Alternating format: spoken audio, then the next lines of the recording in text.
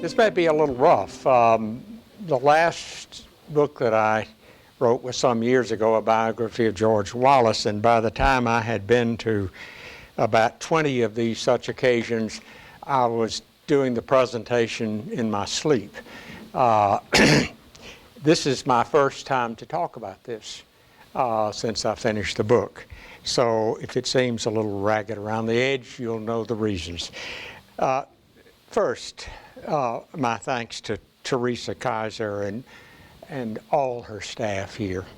I'm sure many of you know how extraordinarily fortunate you are to have this library. It is one of the jewels, I think, and of many small town and medium-sized town libraries, which become more than just a place you check out a book, but become the center of life in that community. Not to be melodramatic, but I really believe that libraries are the heart and soul of American democracy. And when they are attacked, as tragically they have been more recently, they need, and I'm sure they will have, your support. I can't name everyone I see here. I see friends who answered the call and were helpful. Gary Sprayberry, who gave me a great deal of material from his research on his history of the county.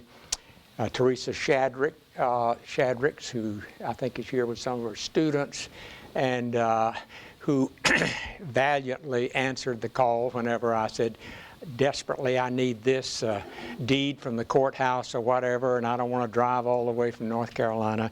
She was ready to do it. And Josie Ayers, my longtime friend, she and her late husband, we've known each other for many years. And again, thanks to you, Josie. And finally, I'm particularly grateful to Tom Mullins, who the retired head of the Alabama Room, and my gratitude will be obvious, I think, in my remarks. This is a story of one man who became another. Asa Carter, born September 1925, died as Forrest Carter, June 1979. So why did I write this biography? Why did I become so fascinated with Asa Carter? Initially, I was working on my study of George Wallace, and I encountered Asa Carter in some of the 50 or so interviews that I did, but I was mainly interested in one important question: who wrote George Wallace's most famous speech? Segregation today, segregation tomorrow, segregation forever. And as I read some of Asa Carter's other work, it became clear that he was the author. 90% of that speech is lifted from earlier writings of when he was a radio commentator and had a little magazine and wrote a great deal. So I was interested in him for that reason, and I collected materials over the years. When I moved from Emory University to the University of South Carolina in 2000, I really began the project in earnest. That's more than 2 decades ago. Over the years, I continued to accumulate materials. One of the nicest things about finishing is that Jane now says there's 4 enormous file cabinets are going to be out of the house now. And the collections that I managed to do with the interviews, I spent a semester at the Roosevelt Center in the Netherlands trying to write and get a start on writing the book. It was far more difficult than any book I've ever written, in part because Asa Carter was a very secretive person, and his friends were not particularly interested in talking to me. I continued to sporadically work on it, but I was never satisfied with what I had written. And then 2 things happened. In 2016, Laura Browder, who is at the University of Richmond and was a co-producer on a film that I'm sure many of you have seen, the reconstruction of Asa Carter. Laura reminded me that they had done, of course the film was only an hour long, but she said, you know, we took these long outtake interviews. with people. And I got in touch with Carlo Ricci, who was the main producer, and it just amazed to me what I call the kindness of strangers. Carlo crawled around in his attic, he looked here and there, and he finally found more than 40 hours of outtakes, about 46 hours of outtakes, which he graciously gave to and allowed me to use. So that was important. But the real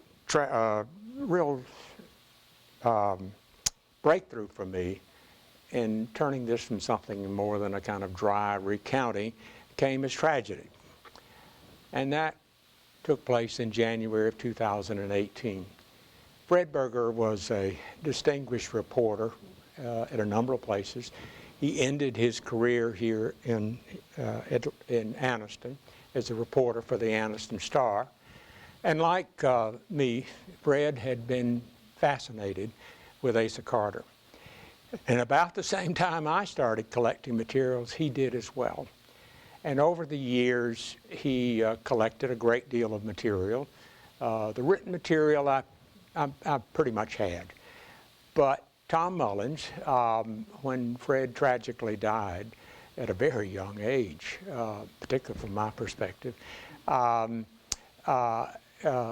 his brother agreed to donate all of Fred's material to the library here. It could have gone to the University of Alabama, it could have gone to any major library, but they made the decision for it to come here.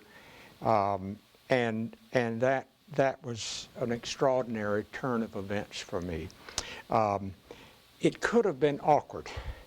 I mean, both of us were working on this biography, but I met Fred, we talked on the telephone, and although technically we were rivals, I never felt that way. I liked him. And particularly liked the fact that he, unlike me, had entree and managed to persuade people that had never been willing to talk to me.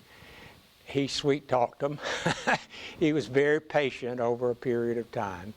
And he ended up with over 200 hours of interviews, including some critical ones with Asa's two brothers, his niece and nephew, his sister-in-law, and a number of people who knew him very well. And when I saw those 200 cassettes, I thought, I'm going to be able to finish this book because it's going to give me insights that I felt were missing up until that time. And I dedicated the book to Fred because of the importance of this. And I particularly want to recognize his brother, John and Gabriella Berger, who were here, drove up from Savannah, because John has been so incredibly generous, not only in the donation of materials, but also in encouraging me and supporting me to make sure that Fred's important work didn't disappear into a musty library.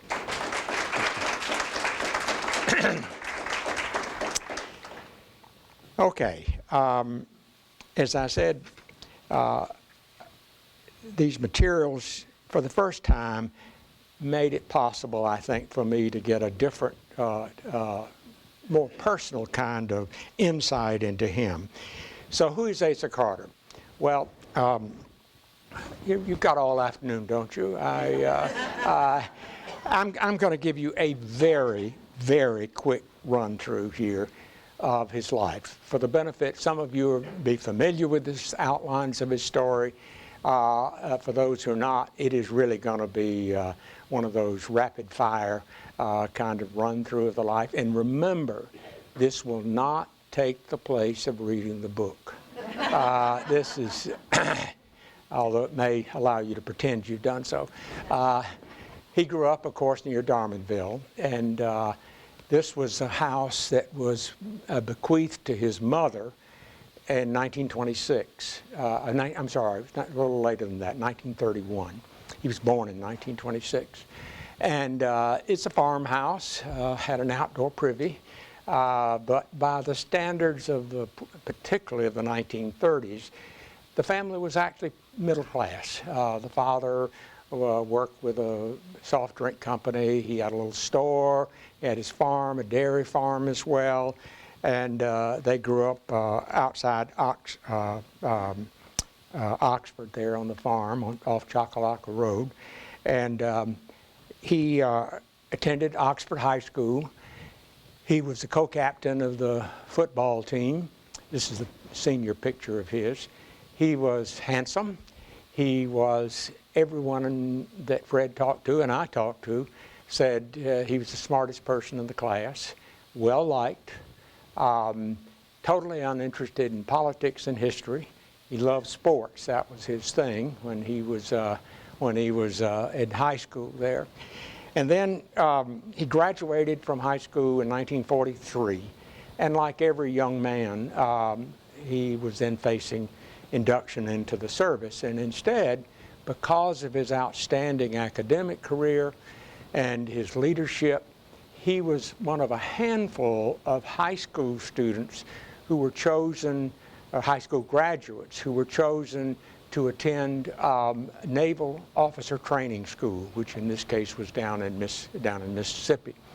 And so he went down to attend Officers Training School, and it didn't work out. He simply did not have the background. Most of the other students there were college graduates. The math is what really killed him, and he flunked out. He's brilliant, but he couldn't make up for that. He ended up being a seaman third class, and was aboard a transport ship during World War II. He saw action in the Pacific, particularly Okinawa. He actually saw action earlier in January just off the Philippines, but they weren't really under threat.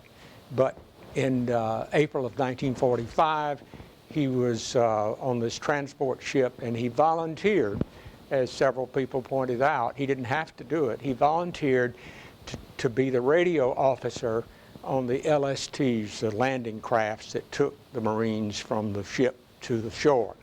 And that was dangerous. He did it 7 times. And this is when the Japanese had launched their suicide aircraft, and these LSTs were a prime target. That's what you were supposed to, they were lightly defended. And so there was a tremendous admiration on the part of his peers for the fact that he had been willing to take this on. He never mentioned this at any time in the rest of his life. He never talked about it at all. And there is some evidence that he suffered from PTSD in the aftermath of it. Well, what was really the critical point in his life comes here. He's 19 years old, young, impressionable. He's never been involved in politics, very bright. And through the circumstances, luck, whatever you want to call it, he fell in with a group of seamen aboard the ship. And they were fanatical followers of a man named Gerald L.K. Smith. He's not known today very much, but he was very well known in the 1930s, along with Father Coughlin and other very conservative right-wing figures. And it was at this point that Asa Carter's life begins to veer off from the normal. All of us grew up. I grew up in the segregated South, in which everybody thought segregation was good for both races and so on. It wasn't, but that was the feeling. But this is something quite different. This was a ultra right-wing, anti-Semitic ideology which emphasized the interrelationship between blacks and Jews. Nonsensical, we say, but millions of Americans believed it. Father Coughlin radio program was the most popular radio program of the 1930s, and he constantly preached that the communist Jews were the ones who were promoting problems with the blacks. The blacks were they were ignorant, they couldn't do anything, so it was the Jews who were really behind everything. And Carter, who was very bright, began reading omnivorously all this right-wing literature, far-right literature. And by the time he got out of the Navy, and then went to the University of Colorado to go to university there. He was very, very right-wing in terms of his views, but he had already learned to keep the anti-Semitic part undercover. He realized that was a kind of third rail. You could be anti-black, but it wasn't so easy to be anti-Jewish. He was a radio announcer in KVOD. He never graduated from the university, mainly because he had his first child. He couldn't afford to anymore. He took a job at KVOD, was a radio announcer there. He moved on to Birmingham, where he, an organization called the American Association of States' Rights, established a kind of radio network. He broadcast out of WILD in Birmingham, and it was pretty much the standard. We're faced with a crisis of integration, and it's we need to do something about this and organize and mobilize. He already, well before the Brown versus Board of Education outlawing segregation in 1954, was saying, this is coming. You need to be prepared for this. He did fine for the first year, and then he got kind of carried away, as he sometimes did, and in one of his radio broadcasts, he attacked Jews. And that was not a good thing to do in Birmingham, Alabama. There was a very large, influential Jewish community in Birmingham. And it wasn't, ironically, it wasn't Jewish businessmen. It was their Christian allies and friends who said to the American Association, you got to get rid of this guy. You know, these are people we work with, and we're not tolerating that. You can talk about blacks all you want to, or Negroes as it would have been, but you're not going after Jews. So he was fired. And that, I think, left him somewhat embittered after that. And then he was named the director of the North Alabama Division of White Citizens Council. But secretly, and you have to read the book to find out why this is so important, he had become convinced that you had to operate on two different levels. The respectable level was the, I'm sorry, I'm stepping out of your field of vision here, I'll bet. The respectable level was with the White Southern Citizens Council. But he formed a secret Ku Klux Klan group. He recruited from other Klans group, and they began meeting in outside Birmingham, in Bessemer. And he was up to about 200 members eventually, and these were hardcore Klansmen who swore allegiance to him. And for a few months, not much happened. And then in April of 1956, he made his first move. His organization did. Asa never took part in these events. He always ordered his men to do so, but he remained in the background. And again, the book will explain why that's true. April 1956, a so-called strike force from Anniston, which turned out they were hoping to have about 50, and they ended up with 4 people, attacked Nat King Cole as he was performing in Birmingham. And he wasn't badly injured, but that was only because the police, there were several policemen there who broke up the group as they were attacking Cole. And then in September of 1956, Clinton, Tennessee was one of the first southern states to have school desegregation. In fact, I think it was the first. And he and another right-wing agitator, but it was Carter, the main one. Asa drove down to Clinton and was so compelling. He was a great orator, so compelling that at the end of his speech, the 700, 800 people who were there stormed into the middle of town, started a riot, and it's the main north-south route coming down from Chicago, and a number of black families simply driving through town. Their cars were attacked, the windows were broken out, and it was a full riot. They had to bring in first the Tennessee State Patrol, and then eventually the National Guard before it was all over. And ultimately, excuse me, it ended when when made a massive dynamite explosion, blew up the high school there in Clinton, Tennessee. Okay, so he's at his high point in some ways by this time. He's on, some of you may be old enough to remember before television was so ubiquitous, but at the movies, at the end, beginning before every show, there was something called Fox Movie Tone News, in which the sort of news of the week would be broadcast in the theaters. It was like you'd have on the news tonight. Well, he appeared 13 times in 1955 and 1956. He was interviewed by the New York Times, by the New York Herald Tribune, and although he's mostly forgotten today, he was considered to be a kind of major figure in the white resistance movement in 1956. 1957, it begins to fall apart. First of all, as is often the case in the Klan, an argument about finances broke out, and he had about 100 men at one of his meetings there in a theater in Bessemer, which he had rented out, and a gunfight broke out. 2 were wounded, and his Klan dissolved. He was indicted. Nothing was ever done, as was always the case with him. The case was eventually dropped, and nothing happened with it. But he was now, he became in some ways even more extreme. It was like this made him even more frustrated. He formed a much smaller and much more violent Klan group of about 15 to 20, which met regularly here at his home. He was living in Birmingham then, near his home in Birmingham there. And this is the thing that really completely undid him.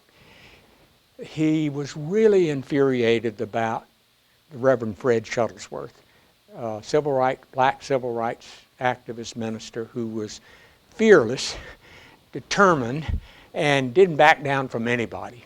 And he really wanted them killed. But Shuttlesworth, even though they blew up his house twice, he was guarded night and day by members of his congregation. And so he couldn't get to Shuttlesworth. Instead, his group of 5 men in his Klan, simply driving along the road, saw a black couple walking, and this man's name was Judge Edward Aaron, A-R-O-N-E, and his girlfriend, and they seized him, took him to their Klan lair, they called it, their den, and castrated him and left him for dead. But somehow he survived. And the problem for Carter was that Aaron was not a civil rights activist. He was just a handyman. He hadn't been involved in civil rights activities, and it became a way of white Southerners to say, we're really not like this. And so as a result, all 5 of his friends were given long prison sentences. And even though he was never indicted, because none of the Klansmen would implicate him, he was really, his name came up day after day in the trial, and everyone knew that he was involved in the whole thing. So he goes into a kind of eclipse at that point. Disappears, particularly now a week after the Aaron castration, they did attack Fred Shuttlesworth when he tried to integrate Phillips High School, and he was badly beaten, but nobody objected to that. In fact, the Birmingham News basically wrote an editorial saying they did the right thing in attacking Shuttlesworth. But the other one, the Aaron thing, is what drove him underground after that. Well, he's underground, but not so underground that George Wallace didn't realize what a great writer he was, and he was a great writer. He did all these radio broadcasts, he published a magazine, and so secretly, in 1962, December 1962, George Wallace hired him as his speechwriter. Actually, it was a little before then. And he wrote the Segregation to Ever speech and kept writing speeches for him all through the next 4 or 5 years. He was an integral part of the brain trust of Wallace, although they kept him under wraps all the time. until the presidential campaign of 1968, in which Wallace runs for president.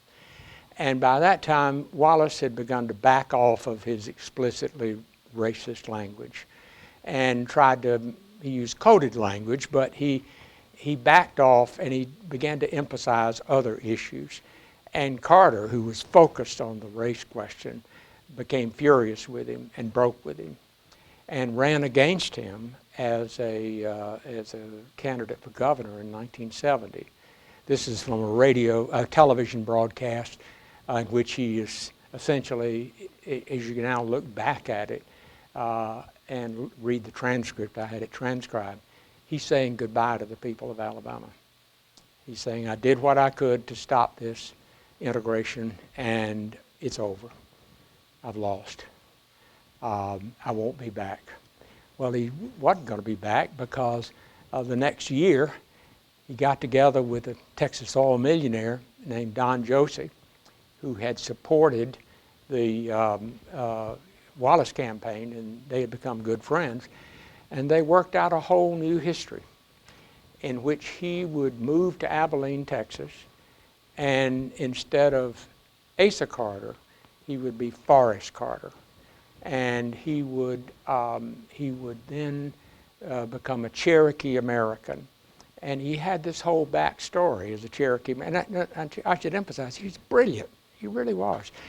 He had been working on this backstory since he was 19 years old. He told it to people when he was 19 years old in the Navy. So he was ready with this backstory. And because Don Josey was so connected with so many news people and everything, he gave him complete cover for it. He arrives in Abilene, and within a year, he brings along, someone's got this incredible copy you've got of his first book, which before it became much more famous, he was selling in Abilene there. And then this remarkable, talk about happenstance. He published, that's another version of that. That's a different version of it that he published, a private printing called Gone to Texas. This is a picture of him after, you can see, he doesn't look like the same person, does he? He tanned himself up, he grew a mustache, and he became Cherokee American. Everybody assumed he was Cherokee American. But then, this is what's so amazing. Here you are, you're nobody knows anything about it. He sends a copy of his, the book, I think it was actually the one that you have. He sent it to Rhoda Weir, she was a very young woman working at the William Morris Agency. They had a New York office, but they basically represented actors, actresses, and scriptwriters. And he didn't know that, so he sent it to her, and she started to throw it away. She said, I'll read it. She read it and said, this is a great read. So she got in touch with a publisher at Doubleday that she knew real well, and then she submitted it to Clint Eastwood.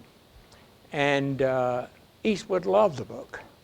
So he signed a contract, and a year later, Eastwood released it as the book as the Outlaw Josey Wales, and it became an extraordinarily, shot on Eastwood was tight, and they shot it on a $4 million budget, and the last time I looked, they'd made about $46 million on it over the years. So it was one of his more successful films, and one of his very highly regarded films there. Okay. Over the next, between 1971 and 1978, he published The Vengeance Trail of Josey Wales, which didn't do so well. And Watch for Me on the Mountain, it's a novel of Geronimo, and it is, by the estimates of most critics, and my estimate, it's the best book he ever wrote. It's an extraordinarily powerful book, and his best writing, most interesting to me, and yet it was a failure. And part of the reason it was a failure was by this time, Carter was convinced that the real money was to be made in Hollywood. And he was negotiating with all these people about doing a film of that book or of another book that he had coming out called The Educational Little Tree. And he didn't do the kind of promotion he did for his first book at all. And so that book came out, and again, it goes to show how certain books are important depending on when they're being published. And it just fell flat. Sold 6,000 copies. That was it. Forgotten. Went out of print very quickly. So then in 1979, he died in Abilene, Texas, under mysterious circumstances. A police investigation was sealed. If you read the book, you'll find out that I managed to get access to it, but you have to read the book to find out what happened. So, okay. Now, he sort of, he was well known at the time there, but then he kind of disappears. And then it was republished in 1989. And by this time, as his original agent said, Indians were hot. Everybody, if you're looking for multicultural things for young people, and it was really written for young people, it's a great book. It's a book about an Indian growing up, Indian boy. And so it was republished, and by September of 1991, it was #1 on the New York Times, had sold over 300,000 copies. They had ordered another 200. It eventually sold 1.5 million. That was 2 or 3 years ago. 1.5 million copies. And then there was The Grinch Who Stole Christmas. Jane was the one. When she saw it on the New York Times bestseller list, she said, you know who he is. This story about it being a true story, you know it's not a true story. So finally, as I always should do when I listen to Jane, I said, okay, well, I'll see what I can do. So I contacted the folks at the New York Times, and at first they thought, you're crazy, this can't be true. So I sent them enough documents to convince them. And in October of 1991, I did an op-ed piece for the New York Times describing the true background.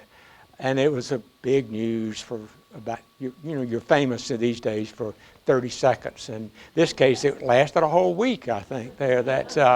And then it continued to sell. It's proof that there's no such thing as bad publicity. There's only publicity. And the book is still being used today, although they no longer describe it as a true story. True story. And he was buried, of course, at Darmanville Methodist Church. Originally, the tombstone said Forrest Carter, but in 1880s he was changed to Asa Carter, and it's there today. Okay, so my time is just about up, but the question, of course, is despite, I hope I've made it at least moderately interesting, it's not like George Wallace. He's not a major figure, and it's not a pleasant story. It's not a happy story, but it's one that resonates with me. I'm 14 years younger than Asa Carter. I grew up very much like him, farm boy. We had dairy cattle, tobacco farm in eastern South Carolina. My world was little changed from his in the 1940s and the early 1950s.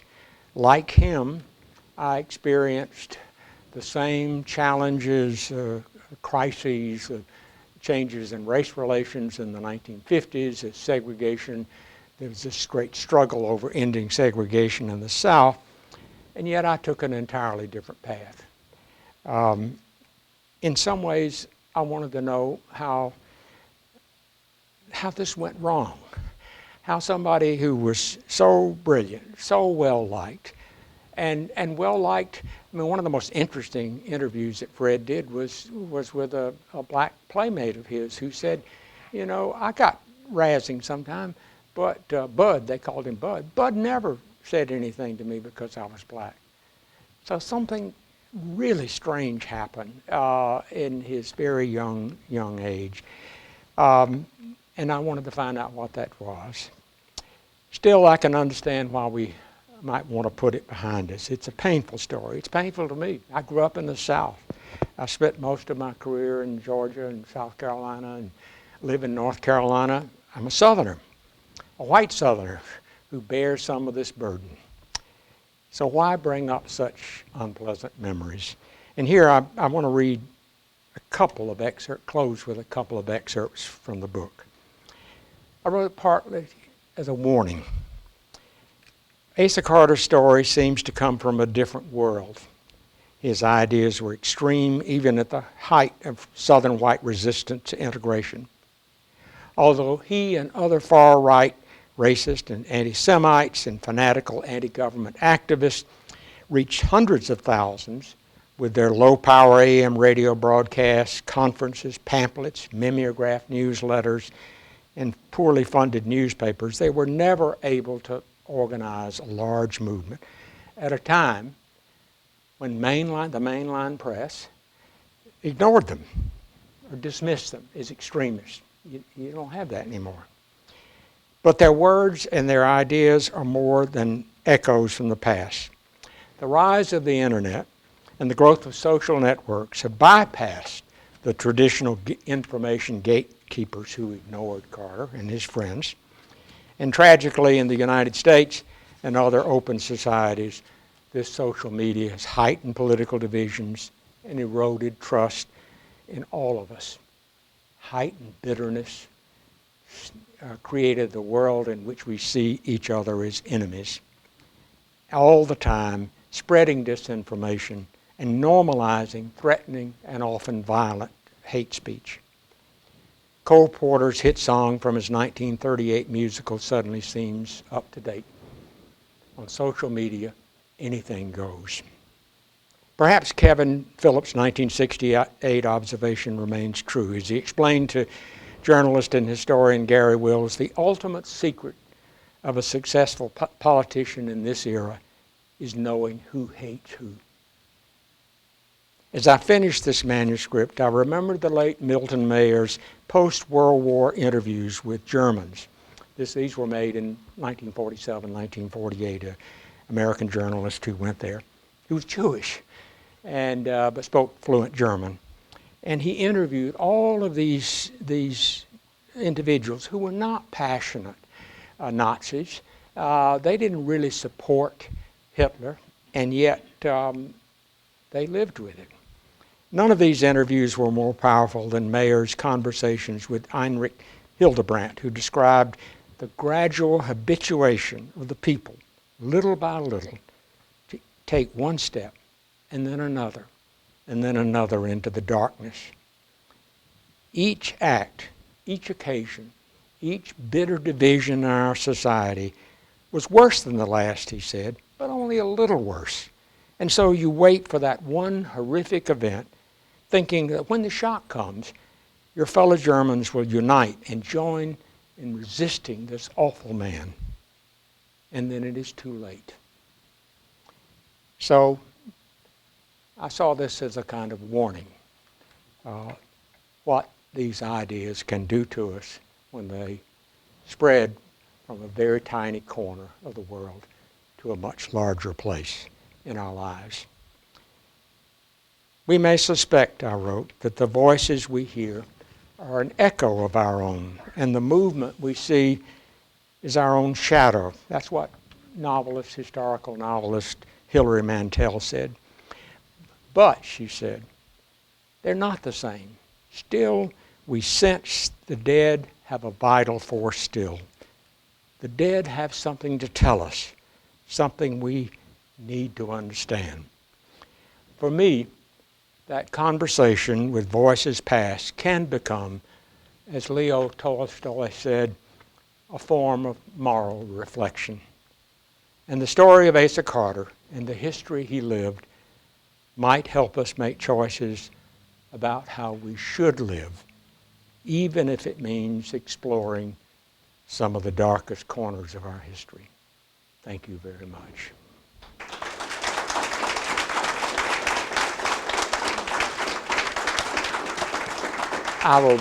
Sorry I went on. I was going to stop, but I positioned myself so that I couldn't see Jane because she would be giving me this right there. But I'll be glad, any comments, any questions, I would of course be glad to repeat them and to answer. Criticism, brickbats, no, that's, yes. Did he marry, have a family?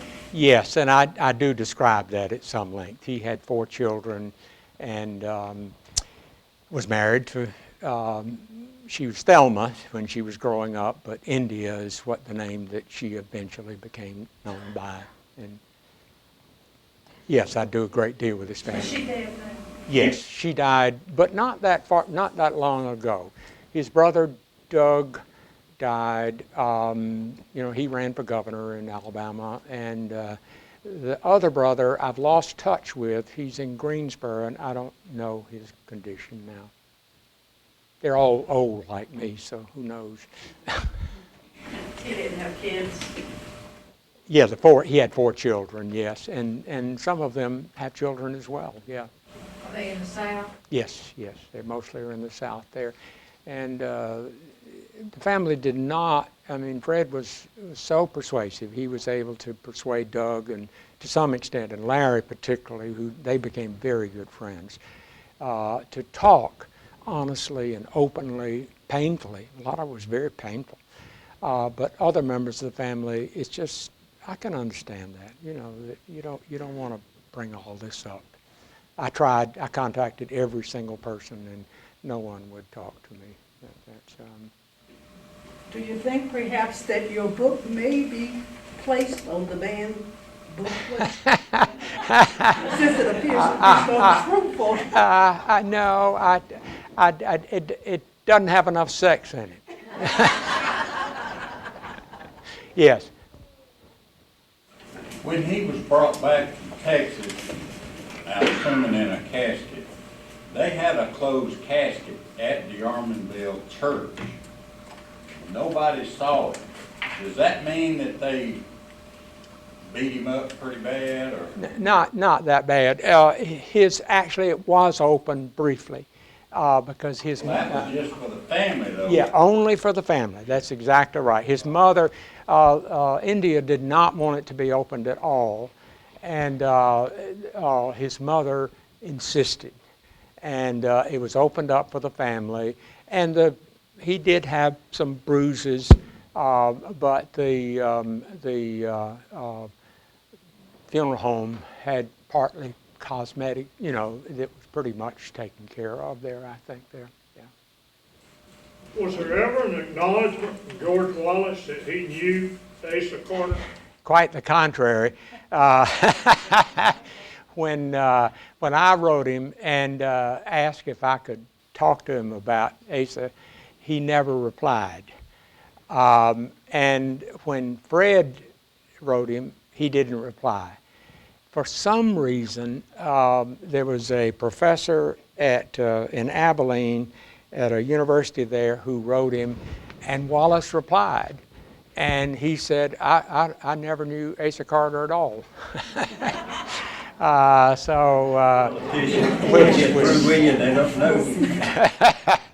Which was certainly not true. I interviewed, and Fred interviewed even more people who had been together with Asa and Governor Wallace at the same time at some breakfast at a hunting thing they went to. So yeah, it was a little embarrassing. Well, wasn't that when Wallace was trying to separate himself from the race? Yes, exactly. It was in the 80s there, and so that would not have been something good to bring up there. Movie deal? Pardon? Movie deal? On this, I'm waiting there. Well, this library has a first edition copy of the education of the book. Can I suggest you get a later edition and take that one off the shelves there? It's actually filed as a biography. Yeah, it is. It's now refiled as a biography, but that first edition is extremely valuable. Yeah, like hundreds of dollars. The last time I looked was several years ago, and this was like 20 years ago, was $700. That one was $500 3 years ago, 4 or 6. So, just, Teresa, remember that. Yeah, I know who hasn't checked out now. We'll make note of it. Okay. Yes. A real good friend of his told me that he had been out in the nations writing another book, and he secretly came back to the Anniston area. And that is, my friend told me this. He said he stunk so bad that where he had a place of business, they had to get outside because he had just gotten back into town. Do you know anything about that material that he was writing? Yeah, I do know a little bit about it. He actually what he was writing was he was trying to write screenplays to convince Hollywood producers to do a television series. The problem was, I don't want to give too much away here in the book, but the problem was he had become an alcoholic. He had always had a problem with alcohol. And by 2 years before the end of his life, he had periods certainly when he was sober, but whereas he had problems with alcohol, he would often dry out for long periods of time. But at the very end, one of his few real friends in Texas said, the last year, I don't think I ever saw him sober. And so what I was told, again, this was by the agent, was that he sent scraps of it to her, but unlike his earlier writing, which was quite good, that it was of no use whatsoever. Yeah. That's interesting that somebody had talked about that. Yeah. How did you get interested in this? Was it a course at school, a college course, a book you read? No, it was because of the Wallace biography. When I interviewed people around Wallace, they were the ones that told me about Asa Carter. And also, I mentioned it in the book because one of Wallace's closest aides, who was, pardon my language, I'll use the abbreviation, he was Wallace's SOB. And at that time, he was mean as a snake, said I was mean as a snake. And he said, I wasn't scared of anybody except Asa Carter, he said. So, and then he said, but I'm giving the wrong impression here, that people who knew him talked about how incredibly charming he could be. And his niece and nephew, who were afraid of him, spent time with him, said, you know, he could be wonderful to be around. He could play the guitar, he'd sing, he could tell funny stories, and he obviously was successful at captivating people there. It's just, it's one of those mysteries I don't think we'll ever know completely. But as I said, to me, it's a great tragedy of someone who had such ability, so many skills, and then ended up having a tragic life at the end. I see Teresa standing right here, so one more question, and then, yes. Were you afraid of conflict before releasing the book? What's that? Were you afraid of the conflict you would get before releasing the book? Was I afraid of yes, yes, I was, but not. I really wasn't afraid. Certainly for myself, I don't think. I expected people some people to really disagree with the book, and which is fine. I love disagreements. That's what I spent 40 years doing, disagreeing. I had all liberal students at Emory, so I played right-wing conservative to get them to aggravate them, and I got to South Carolina, and they were all conservative, and then I played flaming liberal, you know, to get them to stop thinking the way you've been thinking all the time there. But no, the only time that I was really uneasy was when I did, and I do describe it very briefly, I did go in 1991, the summer of 1991, I went to, because I didn't have much information on Carter, and I went out to Choccolocco Road trying to find his house, and it was not a pleasant experience. I mean, people are Southerners are about as welcome as you can be, particularly if you got a Southern accent and you're white, and you're talking to white folks, they just take you in, you know, they trust you.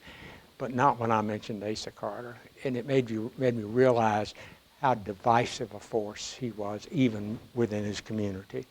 I mean, there were people who were passionate supporters and others who were not. And I was threatened on one occasion, but fortunately I was young and could run fast. So thank you so much there. That's,